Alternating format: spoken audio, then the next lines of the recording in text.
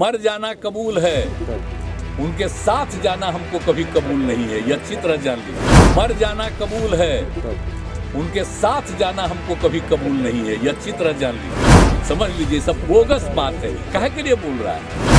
BJP की तरफ से एनडीए में नीतीश की वापसी पर बैन लगने के बाद बिहार की सियासत एक बार फिर से गर्मा गई है। दरअसल बीजेपी ने कार्य समिति की बैठक में ये साफ कर दिया है कि अब नीतीश के साथ कभी भी गठबंधन नहीं हो सकता। वहीं आज मुख्यमंत्री नीतीश कुमार ने भी एक बार फिर से अपने कहे पुराने डायलॉग को दोहराया है, जिसमें उन्होंने कहा था कि मरना कबूल है लेकिन बीजेपी के साथ जाना कबूल नहीं। वहीं अब नीतीश कुमार के इस बयान के बाद बीजेपी नेता हमलावर हो गए हैं। इसे लेकर पूर्व मंत्री और बीजेपी नेता जीवेश मिश्रा ने तीखा हमला बोलते हुए कहा कि बढ़ती उम्र के कारण नीतीश की याददाश्त कमजोर हो गई है। भूलने की गंभीर बीमारी के कारण नीतीश कुमार को कुछ याद नहीं रहता।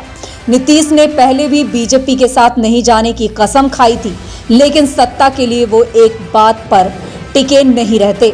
जीवेश मिश्रा ने मुख्यमंत्री पर हमला बोलते हुए कहा कि नीतीश कुमार बूढ़े हो गए हैं और उनकी याददाश्त कमजोर हो चुकी है। उम्र बढ़ने के साथ ही उनको भूलने की बीमारी हो गई है। उन्हें शायद ये याद नहीं है कि जब साल 2013 में बीजेपी को छोड़कर गए थे तो उन्होंने कहा था कि मिट्टी में मिल जाएंगे लेकिन भारतीय जनता पार्टी के साथ नहीं आएंगे। नीतीश कुमार सत्ता के लोभी हैं और किसी एक बात पर टिके नहीं रह सकते।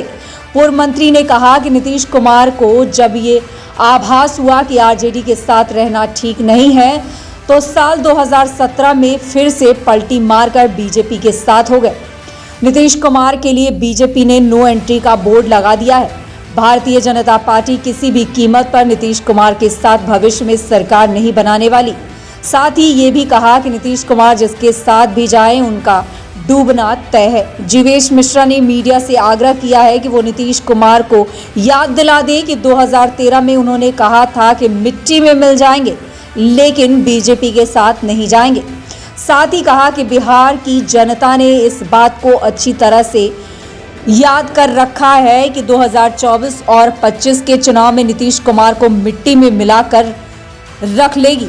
अगर नीतीश साल 2015 की बात करते हैं तो उन्हें 2014 की बात याद दिलानी होगी कि जब अपने बूते पर चुनाव लड़े थे तो पूरे बिहार में मात्र 2 सीटों पर जीते थे और उनकी पार्टी की जमानत बची थी। जिस पार्टी का मुख्यमंत्री सत्ता में शासन कर रहा है उस पार्टी को बिहार में 40 में से 36 सीटों पर जमानत नहीं बची थी, तो ऐसे मुख्यमंत्री को इस्तीफा दे देना चाहिए, जिसको लेकर अब सियासत जो है वो काफी गरमाई नजर आ रही है।